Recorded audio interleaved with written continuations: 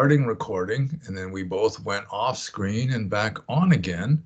Yeah, you were dark for a Now moment it is starting. So, welcome to the show that has no name, possibly will never have a name. I don't care. I'm not apologizing. And I am your host, Panyo Basa. This is my special guest, Otto Excelsior. And last weekend, we did this really nice video about the influence of early Western esotericism on the growth of Buddhism in the West, especially with regards to the influence of Aleister Crowley. And I was completely overexposed so that I was glowing kind of a pinkish white color. And Otto here was in silhouette about half the time, just black. And also, um, small children infiltrated Otto's studio, causing us to be somewhat distracted, and it kind of derailed the conversation for like 20 minutes. And so, unlike my reputation for being the Ed Wood of Buddhist documentaries and doing everything in one take, we decided to just do it over. So you missed out on a good one last weekend, but we're going to try and sort of crystallize this. We've already had like a dress rehearsal, so there you go. There you go. yeah. So we're going to discuss with Otto, who knows more about this than possibly anybody else I know, including me, that we're going to discuss the influence of like late 19th century, early 20th century esotericists, and their endorsements of Buddhism and their influence in getting Buddhism established in the West, especially with regard to Aleister Crowley and a certain friend of his. So, Yes. Well, of course, and you're very well aware of this too. When the West first started discovering Buddhism, and we're going to skip over Ashoka's missionaries in the Hellenistic world and yada yada yada. We're yeah, going to concentrate on Victorian and Edwardian eras. yeah, Like just get to the stuff that there's actual clear evidence for right, instead of we know suppositions and so forth. And of course, people were very fascinated with the East. Many people were looking to the East for wisdom, but I think sometimes they read into what they had access to. They would often read into it their own ideas, and I think this was the case with Buddhism. The first accounts of Buddhism in the West, were of course a bit garbled, and then most people, as I must admit I do, had to depend upon other people's translations, and often these would be translations of translations. So you're going to lose something there. Of course, today people such as yourself can actually learn the language that these writings were written in and have really firsthand access to Buddhism, not only through the source materials but by living the life. But for a lot of people, that wasn't available.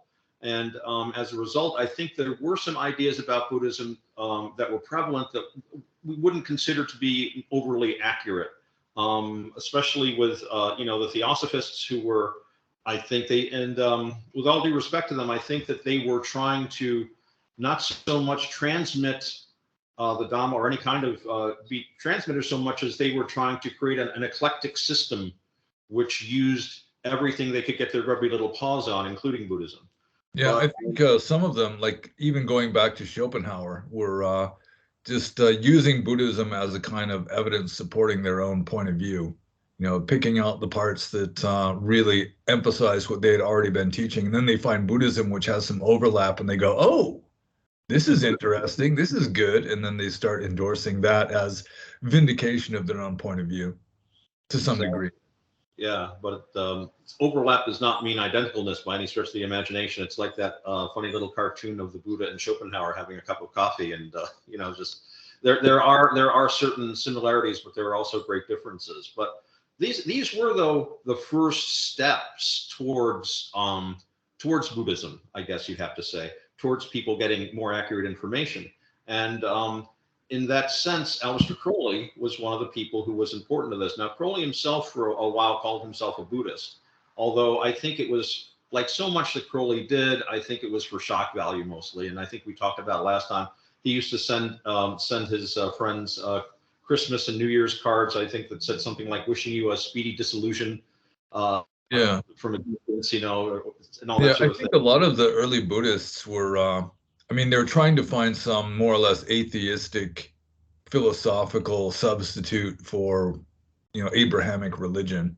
Yeah, And and also, like I mentioned last time, in like Germanic nations, Germany, Austria, and so forth, in the late 19th and early 20th century, there was a certain anti-Semitic motivation for finding a substitute for a religion that literally worships a deified Jew.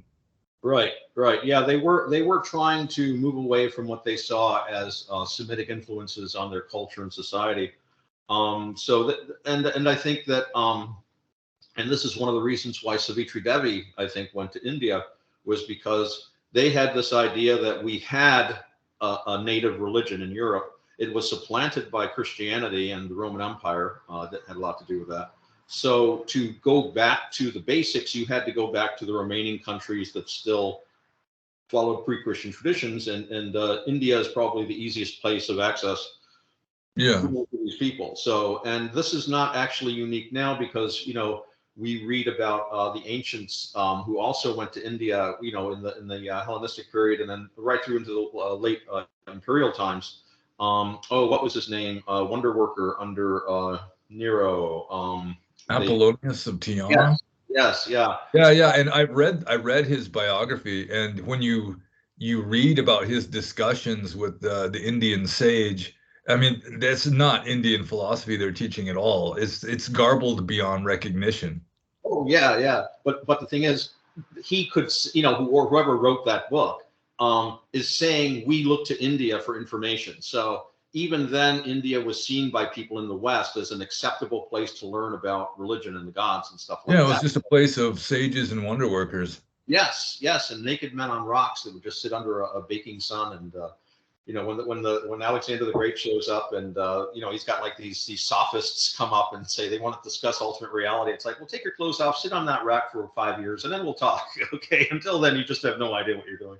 But anyway, I think my point was that it's natural in some ways for people looking for something to base their a new European tradition on by looking over towards India. And so this was a natural thing to do for them. So Crowley, and by the time Crowley started being a Buddhist, we did know a lot more about it.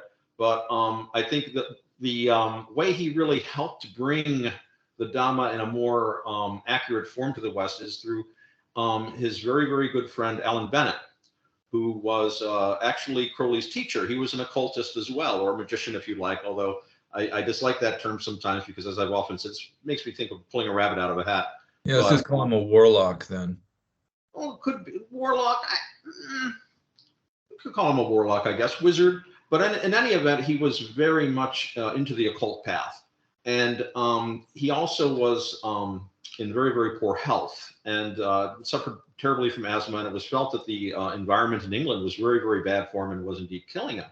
So he was also, as many occultists are, very, very poor.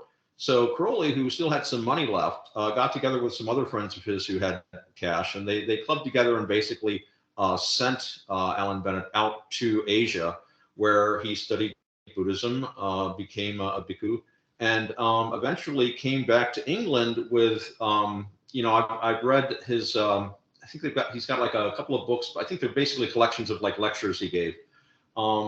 Really came back to England and helped to bring an accurate picture of what Buddhism is all about. I mean, we've talked a little about this before. He was a little on the long-winded side, but when you read his stuff, it's all very solid Orthodox Theravada Buddhism. And He was ordained in Sri Lanka. What's that? Was he ordained in Sri Lanka? I think he was in Sri Lanka and in Burma, both. I know he studied with the former Solicitor General of Sri Lanka. They studied yoga together, but I almost think he was ordained in Burma, to tell you the truth.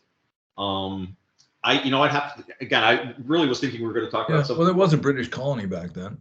Yeah. So I'm pretty sure, and that's why Crowley would go on about how great the Burmese bhikkhus were. So to what extent do you think the esotericists became interested in Buddhism just because they wanted to cultivate psychic powers through like meditative trance states and so forth? Oh yeah, there was definitely part of that, but I think they were more interested in like yoga in general. You know, Crowley, if you look at his system, a lot of it is yoga centric.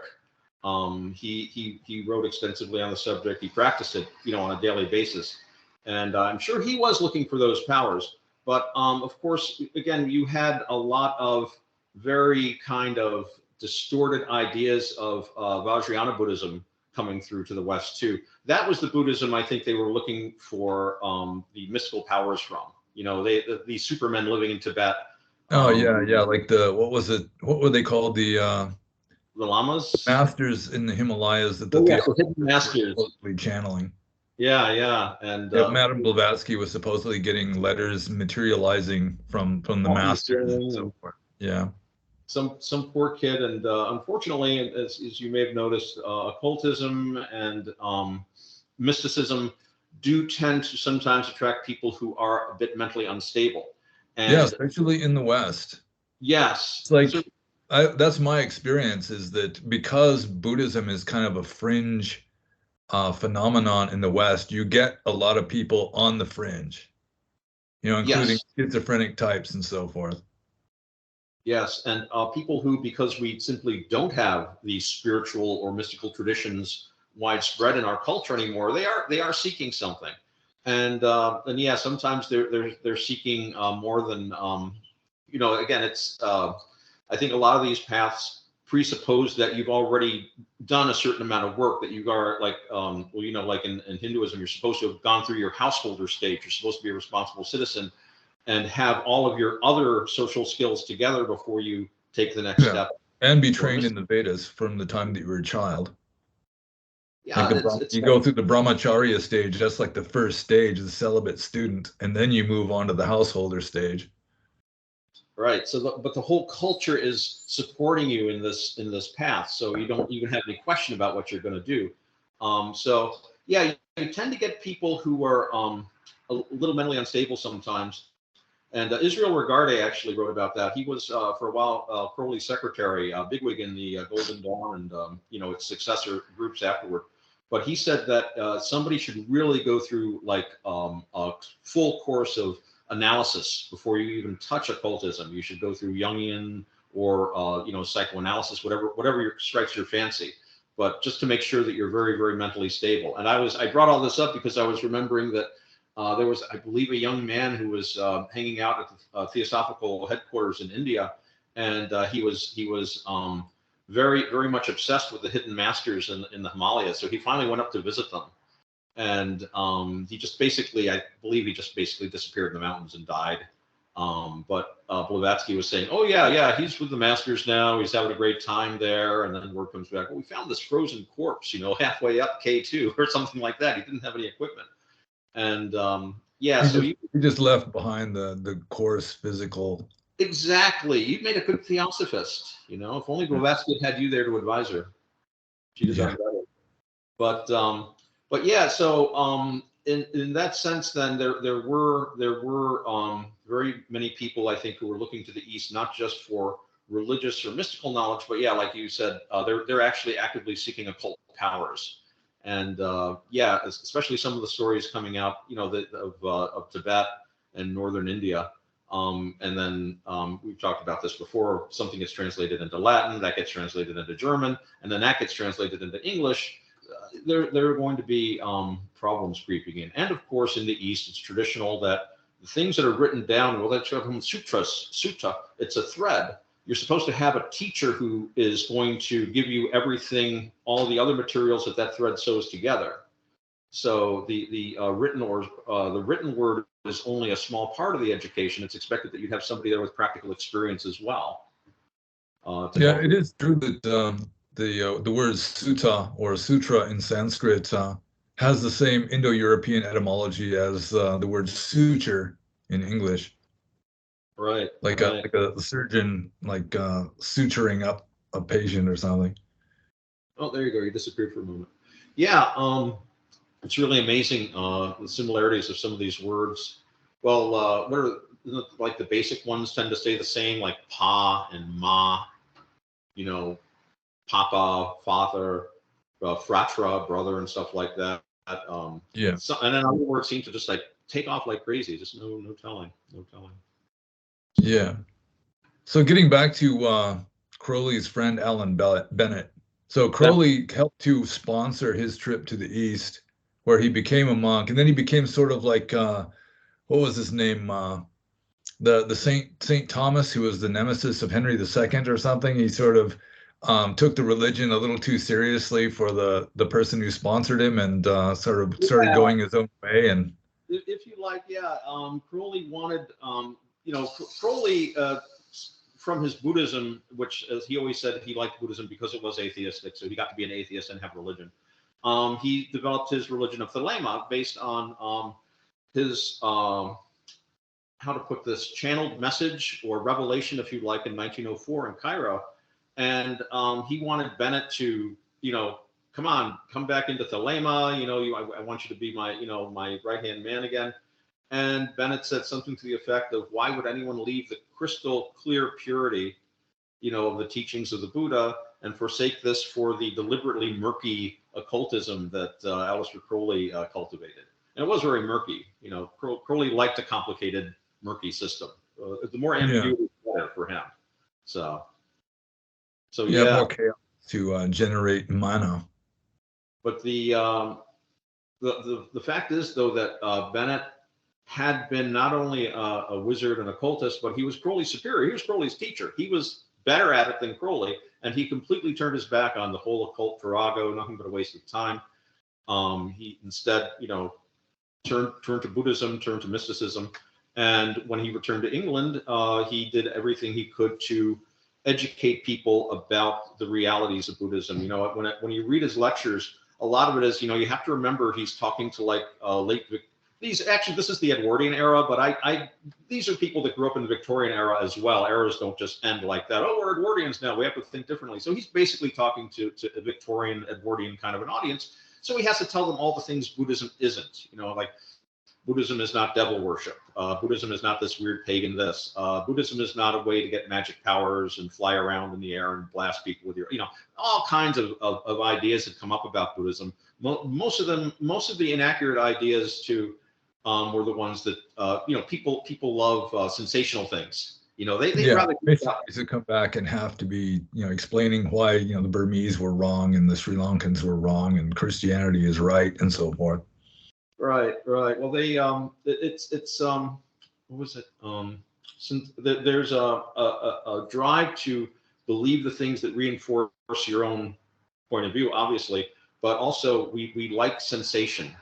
We want to hear about llamas flying around in the air. We don't want to hear about bhikkhus working for years and years and years to try to get hold of their own minds and make them work more properly.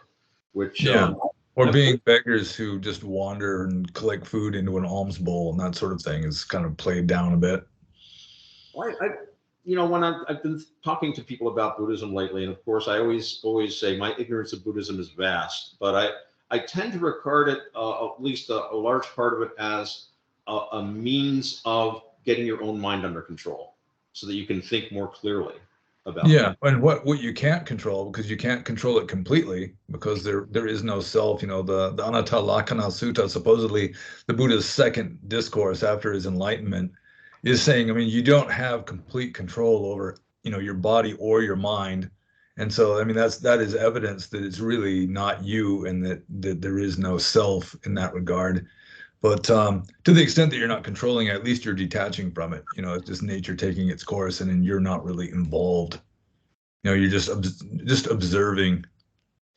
But getting back to Alan Bennett, he was ordained in the East, came back to England, and did he leave any lasting? Did he start a society or something that really made some significant change, or was it just sort of a fringe movement that has some influence on a few maybe esoteric-minded Buddhists in the West, but not much outside of that? He hang on a second, I've got something technical going on here. He was involved with a Buddhist Information Society, and again, I am not as prepared for this as I should be. I forget the name of it. I should probably have his Wikipedia page called up in front of me.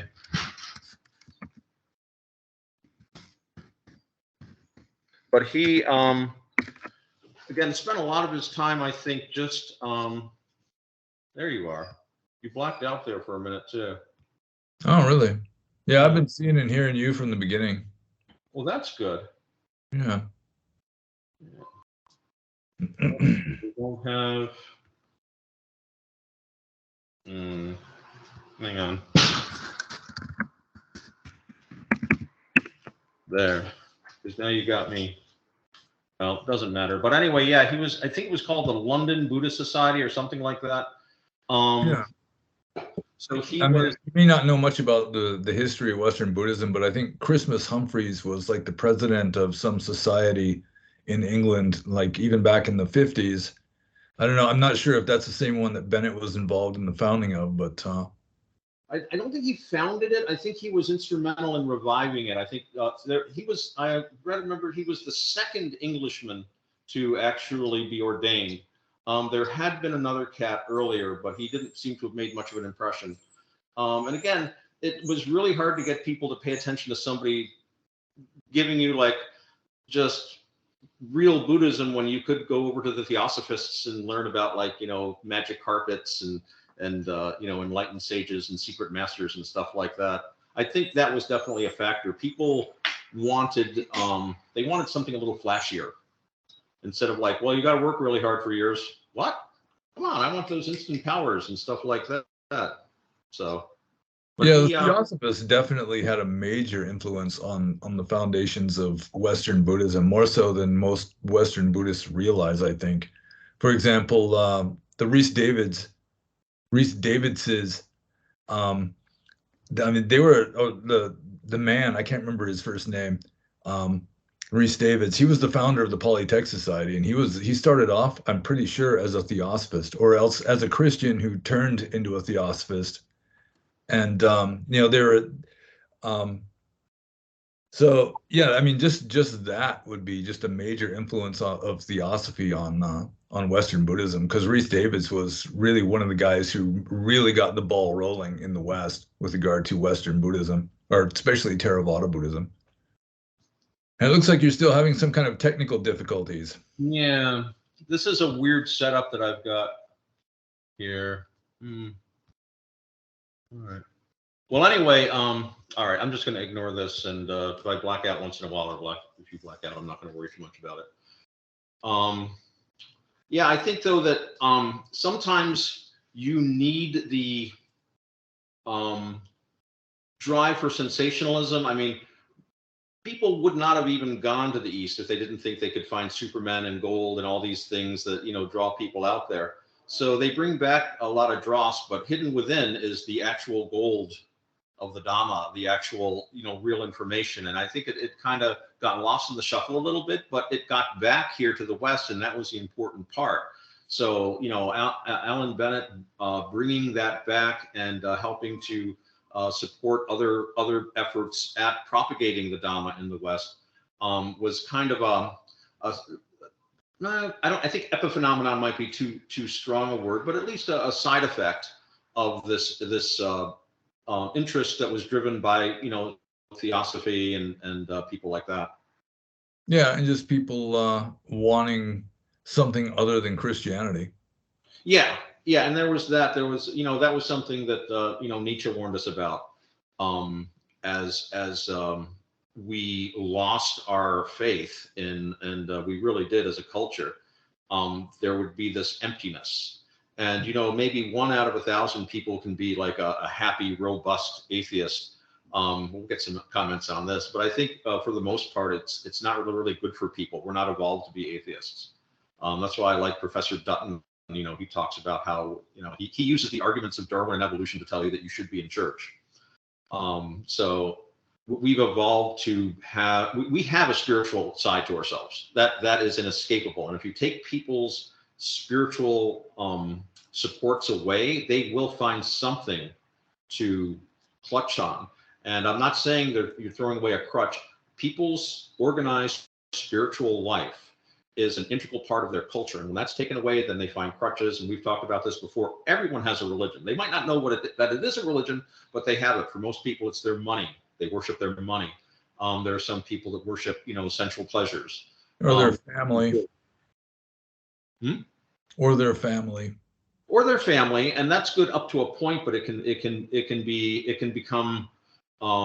taken to a point where it's actually damaging. Like the person that decides that we'll be together in heaven, honey, and then kills his family and himself. That's too much. Focus on your family. So so the looking to the east was a natural enough thing to do.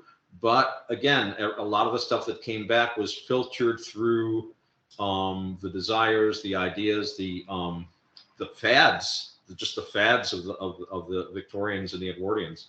So, but when you sift through it, you did find things like people like Alan Bennett, people who were very, very serious. And even among the Theosophists, I don't mean to put down Theosophy. It had a lot of very, very good aspects, and still does. It's still quite active. They did a lot to restore self-respect to Buddhists in Ceylon. They did a lot to help India to become independent. I mean, what you can argue back and forth. I mean, I know some staunch British imperialists, bring back the empire kind of deal. But and Colonel Olcott, for example, by all accounts, was like one of the kindest, most munificent men ever. He was very helpful. And he was more serious about his Theravada Buddhism than like Madame Blavatsky was. He was more of a more orthodox, I think, and was willing to accept it, as it is presented, rather than trying to put some kind of some kind of spin on it, some kind of magical spin of the ascended masters and so forth. And he was the one who designed the Buddhist flag that is now flying, throughout the Buddhist countries of the world.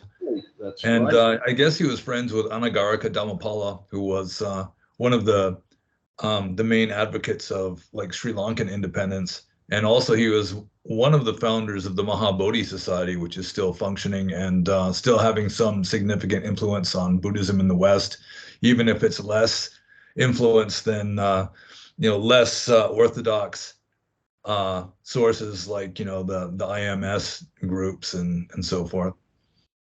But it's interesting, you had Olcott. Very few people even know his name compared to Madame Blavatsky. And Alan Bennett, very few people really know his name compared to Aleister Crowley. But so it just goes to show the people that are doing what I think we'd regard more as the serious, important work are the ones that are out of the limelight. Nobody's really interested in that. They want the magic, they want the flash. And Blavatsky, she was a showwoman. I mean, she was part of that whole continuum of rascally gurus who as mentioned, I believe, in that Trickster and the Paranormal book, there's always this overlap between actual powers and insight, along with showmanship and con artistry and outright fraud. Which just generates more chaos that allows more paranormal influence to get through the cracks and into our world, so to speak.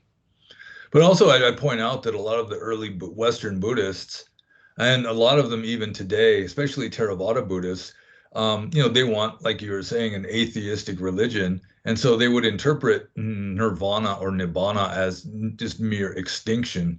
In fact, one of the most influential Western monks was Venerable Nyanovira, who interestingly was converted to Buddhism by reading Julius Evola's book on Buddhism. Really? And when he was in a hospital in Italy during World War II, and then after the war was over, he and his friend, who became known as Nyanamoli, one of the greatest translators, went to Sri Lanka and were ordained. I guess originally they were going to go to Tibet and be ordained as Tibetans, but then the Chinese invaded Tibet. Oh, geez. Yeah, but he was like an existentialist, this Nyanavira. And he was very heavily influenced by people like Kierkegaard, and he just insisted that there is no metaphysical state. He had zero use for mysticism. It was just annihilation was what nirvana was.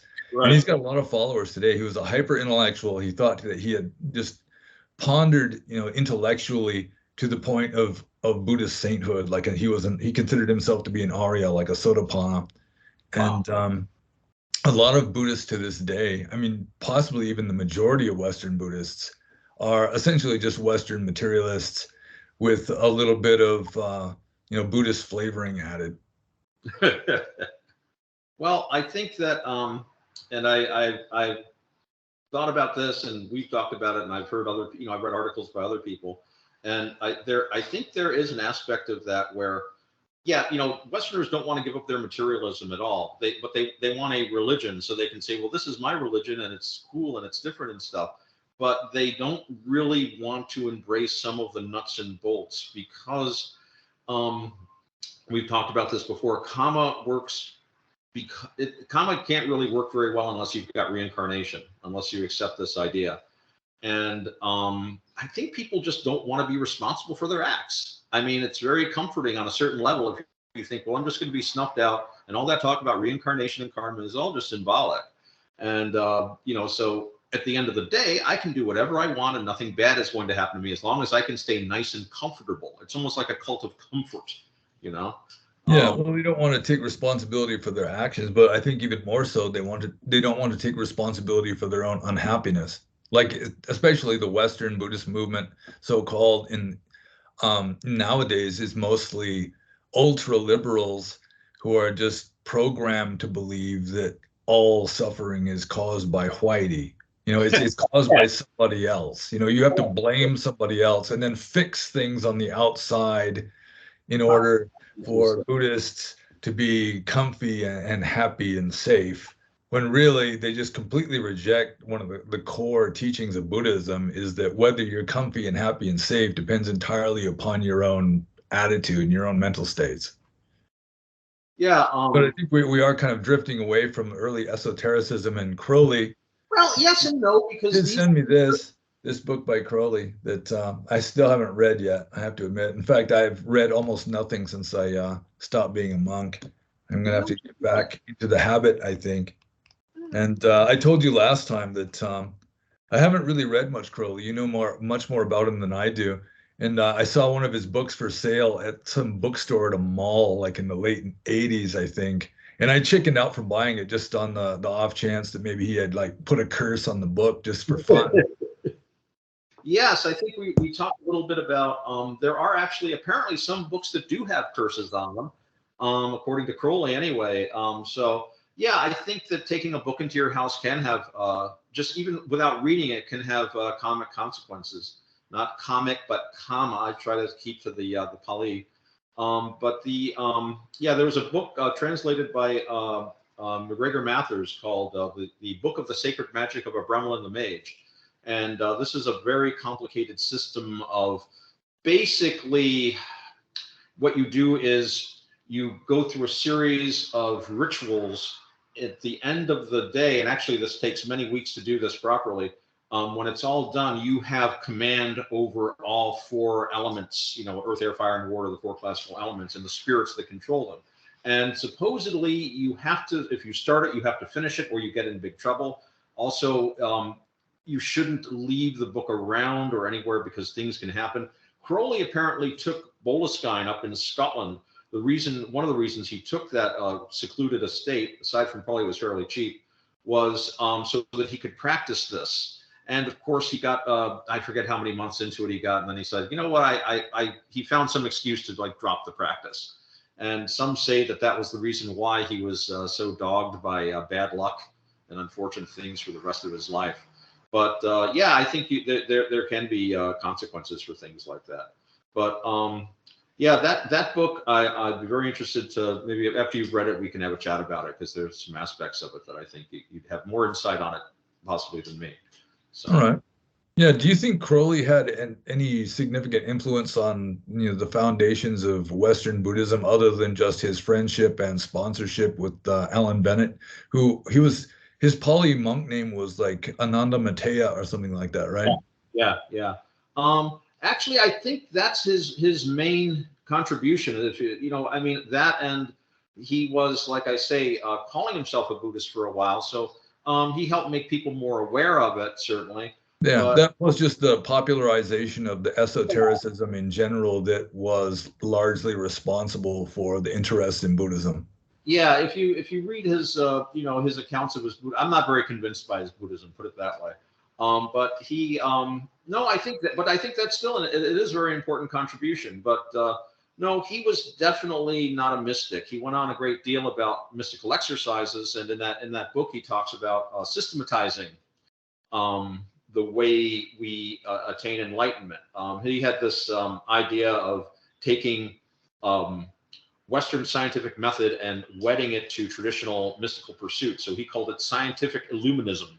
And his motto was the method of science, the aim of religion. And I actually been thinking about that book in you for a while, because we've had discussions about your time in the wilderness when you were living under very, very demanding physical conditions, to say the least, in your during your practice. And Crowley's point was that he said there's a mental mechanism. There's something that happens at a certain point in your mind. So we should figure out what that is and try to get there as comfortably, as easily, and as quickly as possible. So instead of, being, sitting in meditation and not killing the biting flies and mosquitoes, he would just get some DDT, some bug spray, and spray it around. Because for him, ahimsa itself was simply a step. But of course, when he's writing, and this gets back to the way the Victorians and Edwardians interpreted Eastern writings, he's like, well, ahimsa obviously meant to the original people writing this what I mean. But it got corrupted into thinking that it's just, an intrinsically good thing itself to be nice to people. Yeah, so, whereas like in Buddhism, I mean, ahimsa, or non-harming, non-killing, the primary purpose of that is that it's very difficult to harm or kill another being without negative mental states like hatred or like anger or contempt. There usually has to be some sort of unskillful, unwholesome mental state involved in order to kill something on purpose. If you kill something accidentally, then it's ethically neutral. Right. So yeah, there is that. And it just leads me to the idea that I've never, what little I know about Crowley, I mean, he was intelligent and knew a lot of arcane stuff, but he didn't strike me as particularly wise. And his interpretation of spirituality was more just mastery of samsara rather than transcendence of it. It's you're just trying to become like an adept master of samsara rather than just bailing out of the whole system. Yeah, go of the whole system. We were talking about this before. I was reminded of something George Gurdjieff said. We won't get into him today, but Gurdjieff, part of his system is he says we are not one, we are many. We have all these different personalities in us, and anyone, just you are a different person at work than you are at home, than you are when you're grooming your dog. So Gurdjieff's idea was that you should unify and become one. Crowley's idea was, yes, I am many, and I want to explore each and every one of these different personalities. I mean, really embracing samsara, and like you said, trying to become a master of it. He was constantly, especially when he had a little money, he would take on these different personas. You think you and I have a lot of names. He was Prince. I can't even pronounce it. Prince Beast. He passed himself off as a Persian nobleman, or he tried to. He walked around dressed as an Egyptian fella. He pretended to be Saint Germain for a while. The Comte de Saint Germain, the supposed immortal man. Yeah. He death once. Didn't work out very well because he just couldn't. He just he was too much of an attention monger. He couldn't. Yeah, and he was also Oliver Haddo. Yes, and Oliver Haddo. When Mom wrote that book, he adopted Oliver Haddo as one of his pen names, and he and Mom knew each other, possibly intimately, but not that Mom would ever admit that in public. Oh yeah. It's like most of what I know about Aleister Crowley I've gotten from you, and also from the Mom's novel, The Magician, which is based on Crowley, and like it has like a preface where he's explaining his interactions with Crowley and explaining why he didn't like the man and that sort of thing.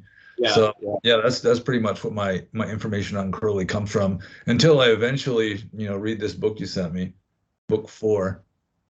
Yes, it's actually you had a book 1, 2, and 3. Yeah, there's Book 4 is actually published in a large blue volume, sometimes called the Blue Brick, by the Caliphate OTO, which basically litigated their way to ownership of the copyrights. But Book 4 is divided into 4 parts. Parts 1 and 2 are basic, very basic instructions, and it's Crowley was attempting to write something very simple, something very clear. In fact, at one point, he says he wants to write a book like the Tao Te King or the Tao Te Ching, something that's like compact and full of information. After those were written, he wrote the 3rd part, which is generally sold separately as Magic in Theory and Practice. And this he goes into great detail, but it's all within his own system. And then the 4th part is the Book of the Law itself, which is the text that he received from a apparently discarnate entity in 1904 in Cairo, which he later regarded, not immediately, but like he thought at first, wow, this is some interesting automatic writing. He was playing around with that all the time, but he eventually embraced it as a religion, and with, of course, himself as the prophet and leader. So I don't know where I was going with that otherwise. I'm not very early today. I'm still drinking coffee. Yeah, I've just finished my 2nd cup. Yeah. I mean, you said we weren't going to get into Gurdjieff, but I mean, he is another early sort of quasi-Buddhist who was, I think he went to the Himalayas, found himself some gurus, and what he teaches is very similar to Buddhism. The And in a lot of respects, just the mindfulness aspect where, he'd be assigning tasks to people where, you might spend hours just like wiping the leaves off of rose bushes in the front yard, that kind of a thing. And also what he said about just what you're trying to unify your personality. I've written about that myself, and I've had a lot of experience with it where there seem to be 2 kinds of people, or really a spectrum with 2 ends to the spectrum, where you've got the unified person, and then you've got the compartmentalized person, where they just kind of dissociate from, like when they're at work, they got one personality. When they're at home with their family, they've got a different personality. When they're talking religion, they've got a different personality, and there might not be much communication between these personalities. And that kind of person tends to be a lot better at what's called samatha meditation, where you just develop trance states, or deep absorption states, because, they've just got a compartment for that. They don't have to bring their entire personality into the meditation. They've just got this little room in their mind that gets really good at meditating. And then when they come out of the meditative state, they're just as foolish and messed up as they were before. But I tend to be more integrated than most, so that when you sit down to meditate, you've got to bring everything with you, which makes meditation a heck of a lot more difficult. But you make better progress that way, because when you stand up, you're still carrying it with you, because all the compartments or all the different parts of your mind are more or less integrated. Yeah, Gurdjieff's idea is very, very interesting. He loved charts. He loved systems, but he talked about a gradual process of unification. He said, first, you see all these different eyes. We all have all these, eyes. And first, you have to identify the ones that are useful and good, and those are the ones you give attention to. And eventually, this becomes the nucleus of what he called, eventually you get to have permanent eye. But these were things I think he developed over time. I mean, he made a great deal about having been educated by something he called the Sarmong Brotherhood, which was apparently the secret society that had existed since there were Mesopotamian civilizations or something like that. He tells one story about he heard as a storyteller when he was a kid, a traditional storyteller, telling basically the story of the Numa Elish, the oldest one of the oldest clay tablet written things that they had at that time anyway. So he's saying, oh yes, we've got these oral traditions that go back 4,000, 5,000 years. And but it's interesting, if you read about Gurdjieff when he got started in Russia. Well, he's from he was from Russian Asia. He spent a lot of time there. But he started a group in Moscow where it was like a study group, and it wasn't so much him being the guru as it was like a group of people. He said there is the remains of a system. All we have is fragments of the system. Let's try to put it together.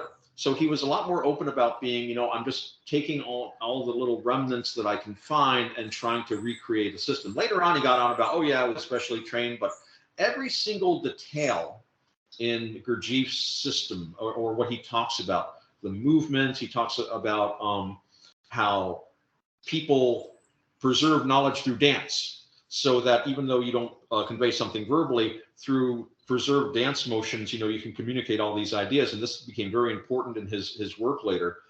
This is right out of was it Aldous Gellius, or it was one of the late Empire writers who talked about, there was a mime in Alexandria who would do a dance that preserved or expressed the Pythagorean mysteries. And people would just watch him, and if he got it, and he himself, the dancer, didn't understand what he was dancing. He had just learned it from his teachers. But the audience, who were full of Pythagoreans or mystics, if he got anything wrong, they would start pelting him with fruit and stuff. I mean, this is exactly where I'm sure where Gurdjieff got this idea. So he was very honest at first about he's trying to reconstruct something from the fabrics he found. He was immensely well read, immensely widely read in the classics, especially the classics that people don't read much, like Chrysostom or John Tzetzes, I think that's how you pronounce it. All these epitomes of all these weird little epitomes of books and things that we don't have anymore, but which give us these tantalizing hints. And he would take these hints and kind of string them together. But very, he never starved. He never went hungry. Gurdjieff. Yeah. So, one thing I like about Gurdjieff is, it's completely the opposite of what we were talking about with regard to Western Buddhism nowadays, is he was saying you have to be triggered. You have to face what really bugs the shit out of you in order to learn how to deal with it. You can't just push it away. And so he deliberately had this Russian exiled aristocrat who fled Russia when it turned into the Soviet Union. And he was just this total prick. I mean, he was really hard to get along with. And none of the other people at this ashram, which was in Europe somewhere, you might know, and nobody liked him. And right. So finally they just kept doing practical jokes on him. Like they stole his dentures and rolled them in cow shit and put them back on his his dresser or whatever. And this Russian fellow got so pissed off that he left. And then Gurdjieff chased him through like 3 different countries until he finally caught up with him and then bribed him to come back, just because he was so hard to get along with. It was, it was like a good exercise for his students to just have to put up with him. Yeah, friction. Yeah. You have to face what triggers you. Otherwise, I mean, if you just you just avoid temptation and avoid the things that really bother you, then it just stays latent. You never really cook the seed. You never really learn how to deal with it. Although that's sort of like the middle path that the Buddha talked about in what is considered to be his first sermon after his enlightenment. That's one way of dealing with the middle path, is you're not like torturing yourself to speed up the process. You're not just seeking out trouble, but at the same time, you're not trying to avoid it either, and you just let it happen when it happens. And then you have, it's like you trust your karma to give you what you need, at the right time, so to speak. And that's another thing that most esotericists, most Westerners in general, just don't like, because it's just been programmed into us. Even unfortunately, David Hume back in the 1700s, they seem to assume that uncomfortable situations will necessarily cause suffering. Right. Yeah.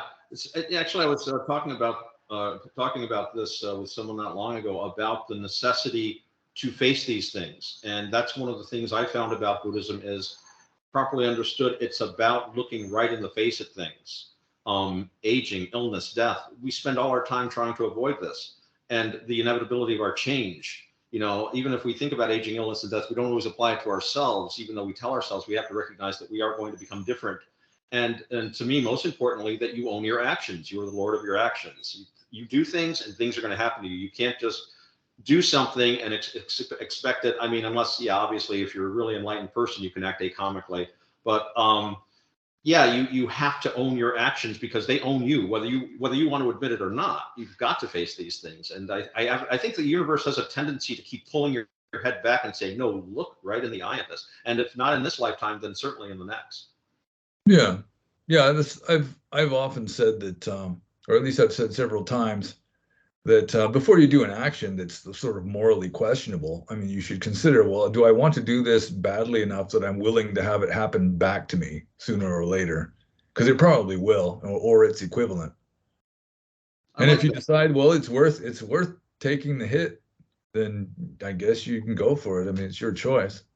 I You like are a free agent, supposedly. No, that's good. I like that. And actually, it's diametrically opposed to another question and this is something you probably come across too. The advice of if you have like some morally ambiguous act that you're considering performing, just ask yourself this, man: how long are you going to be dead for? That's right. So just go for it, and that gets right back to annihilationism. The idea of ducking out on responsibility. And Yeah. So I guess that would be one good point of something like Crowley's magic with the K at the end is at least it involved a certain amount of courage. I mean, you're facing some kind of demons, oh yeah, whether they're literal demons that you're conjuring up somehow, or whether it's just sort of the darker aspects of your own personality that you have to look in the face. well, they're much the same thing. I remember, I think it was something Ramdas, I think Ramdas said about the inner demons, the things that hurt us. And he said, you give it a cookie, say, thank you for the energy you've raised, go sit in the corner, kind of deal. They arise, they're there, but you don't have to, invest in them. But yeah, no, Crowley was into wrestling with his demons, but I think he did it because he enjoyed it. We talked about this before. I think a lot of Crowley's system was him making a virtue of necessity, in a sort of a way. We talked a little bit, I think, the last time about, I think it was Liber Jugorum, the yoke, and the exercises he has for training the mind. He said, you must command your speech so that you give yourself like a word that you're not allowed to say for like a day or a week or a month. And, you have to use certain locations, speak around the word. Every time you fail, you're supposed to slash yourself with a razor blade as a way of punishing yourself. Yeah, like And the word I. the word I was one of the ones he used, but it could be any word. I was a favorite because we say that so often. But then he was getting in a fight with his girlfriend, one of his girlfriends at the time, who I forget which one. And she was like supposedly doing this, but she says, well, I don't want to cut myself. And he goes, well, you love me, so I'll just cut myself. So she got mad at him and say the word I or whatever the word was. And he would just go slit, slit, slit, slit, slit, slit up and down the arm. But he really liked self-mutilation. He was very much a masochist. And he So talked he'd about, probably be the sort of person that likes the scary, gory movies and that sort of thing also.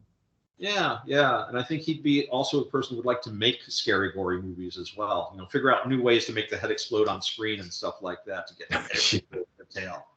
Yeah. So yeah, this sort of a tenuous overlap with actual Dharma, I think, would be it's always been my impression. But then again, I've read sensationalist and like biographical sketches of Crowley where, they're just playing up the wickedness part, Well, he and loved, all of his yeah, wives went insane and all this kind of stuff. yeah. Jimmy Page buys his house and there's like pictures of demons drawn in blood on the walls and that sort of thing, which always kind of turned me off. I don't think it was blood. It was like just cheap pigment, but Possibly. it's actually interesting. I guess he did a lot of paintings on the walls there, and he had ceremonies that included taking mescaline, what we call mescaline today. They called it extract of Anholium leweni, or whatever the Latin name for the cactus is. So yeah, he was into early psychedelic exploration, but he'd give people these psychedelics and then sit them in the rooms with different images and stuff.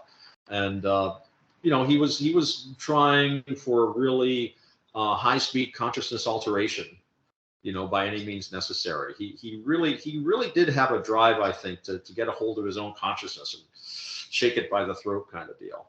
But and I think he saw like sex, drugs, and rock and roll. They didn't have rock and roll at the time, but sex, drugs, and more sex, I guess. Jazz.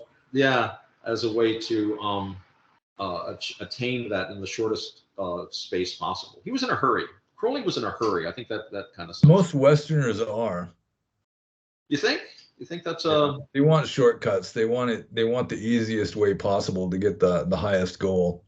Because they want enlightenment, but they want their ice cream and their TV and their sex and all that also. So Right, like you were talking about members of the Western Sangha that are sitting there sipping sipping a glass of wine with their girlfriend, and, just saying, "Yes, I'm a bhikkhu, yeah, Yeah.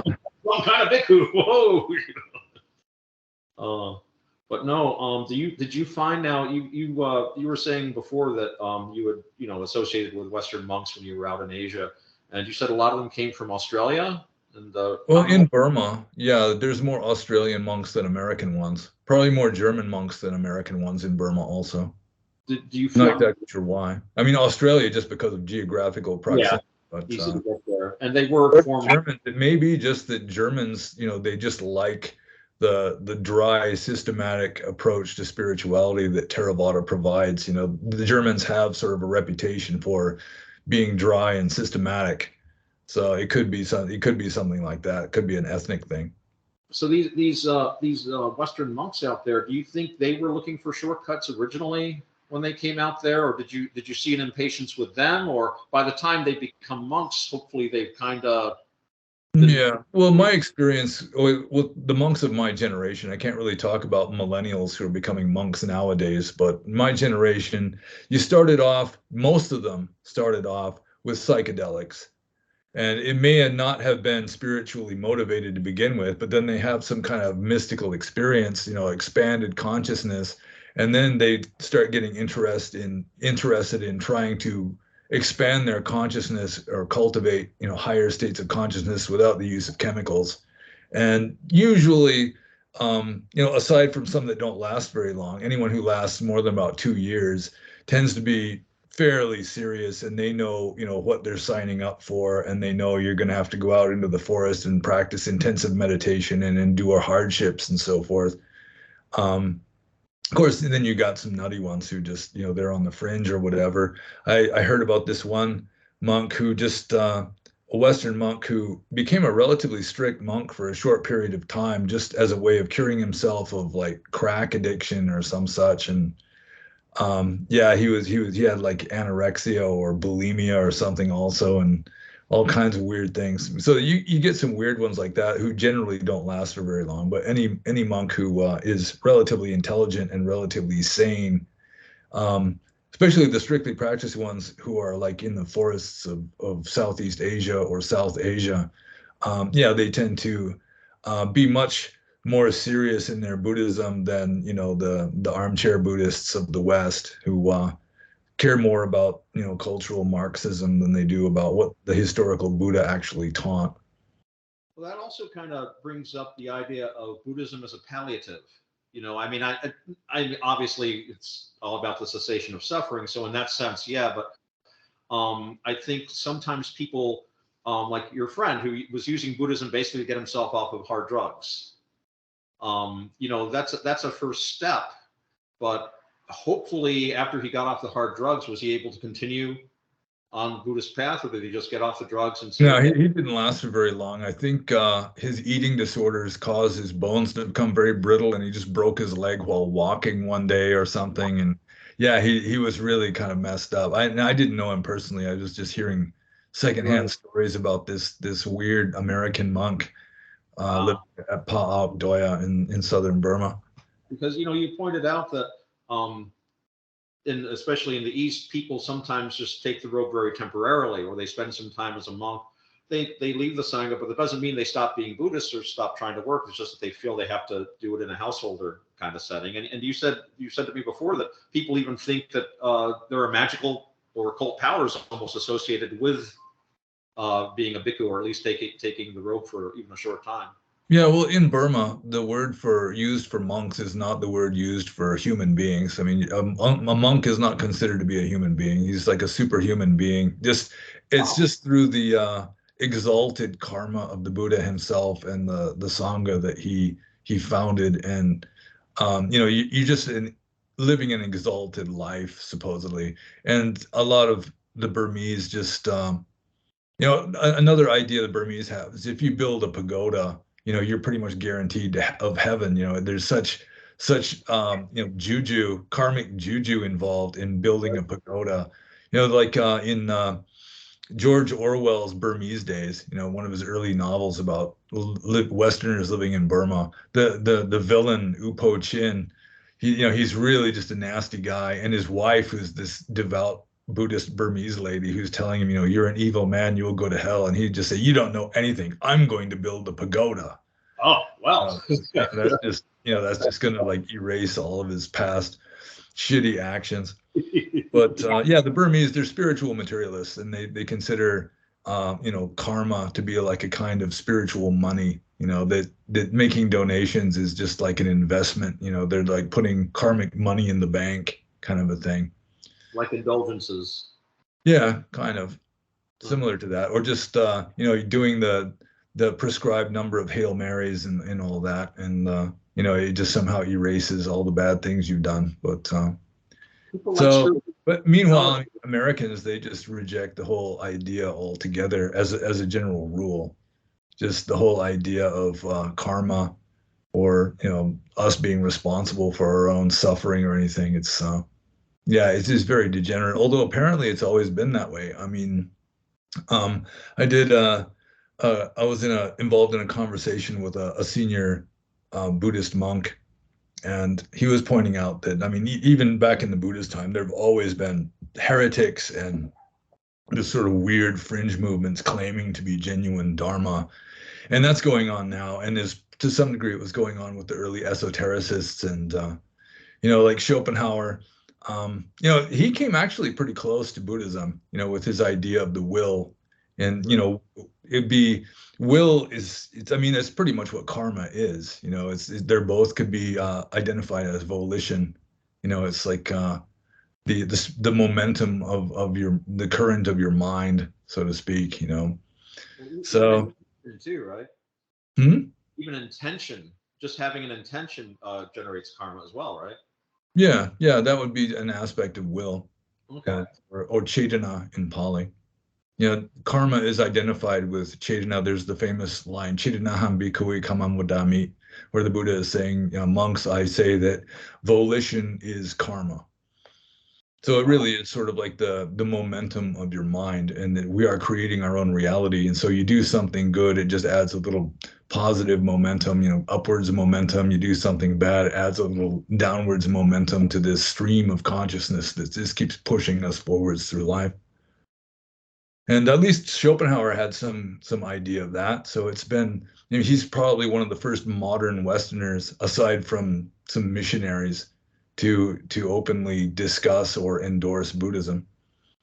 We did the Hegel video. We should do the Schopenhauer video as a kind of a way to balance that. Yeah, it's possible. And Nietzsche considered Schopenhauer to be his philosophical father or forerunner or something. And so, yeah, it's all interconnected. Oh, yeah, it's all karmically determined. But, yeah. So what do you think? Is this about it? Did you have anything else to... Yeah, if you don't have anything more to say about Crowley and his influence on Western spirituality, and or any other early esotericists for that matter, then yeah, I guess we can call it good. Yeah, I think Crowley's influence was indirect, but I think it was very much there. And I think Alan Bennett, it was important for there to be an Alan Bennett, and I think it was important for him to go east and then to come back again after having been a bhikkhu. I think he was a bhikkhu for like 3 or 4 years, and come back and tell the truth as he knew it. So, but yeah, Crowley himself, he had other things on his plate. He just really wasn't, the more he learned about Buddhism, the more he liked the Lama. If nothing else, he got to be the prophet. So, Yeah. All right. Well, I guess we can do this again some other time and talk about something else. Yeah. And I do appreciate the opportunity, and we're sort of making up for the borderline fiasco of our last attempt. Yeah. Well, we'll do it at a time when we're both a little more awake too. That'll be more fun. Yeah, getting up at the ungodly hour of 8 o'clock is just. I got up at around 8:30, and my cat woke me up, which is fine, because she's a poor blind little thing, so I don't mind her too much. But usually I go back to sleep for a couple of hours, but I'm like, nope, going down to the studio today. And for viewers, this is not my home. This is a music studio where I work, And that's why it's so messy, because I share it with many other musicians. Well, not many, but quite a few. And so it's, yeah, one of these days I'll turn the camera around. You can see all the musical instruments, and that'll be. Yeah, you can sit in front of the drum set or something. I could. I just have to turn this whole desk and everything around. So Yeah. we'll work on it. All right. Well, thank you again, my friend. And Thank you. Thank you. Tune Always in next time. Same bat time, same bat channel. Sounds good. Peace.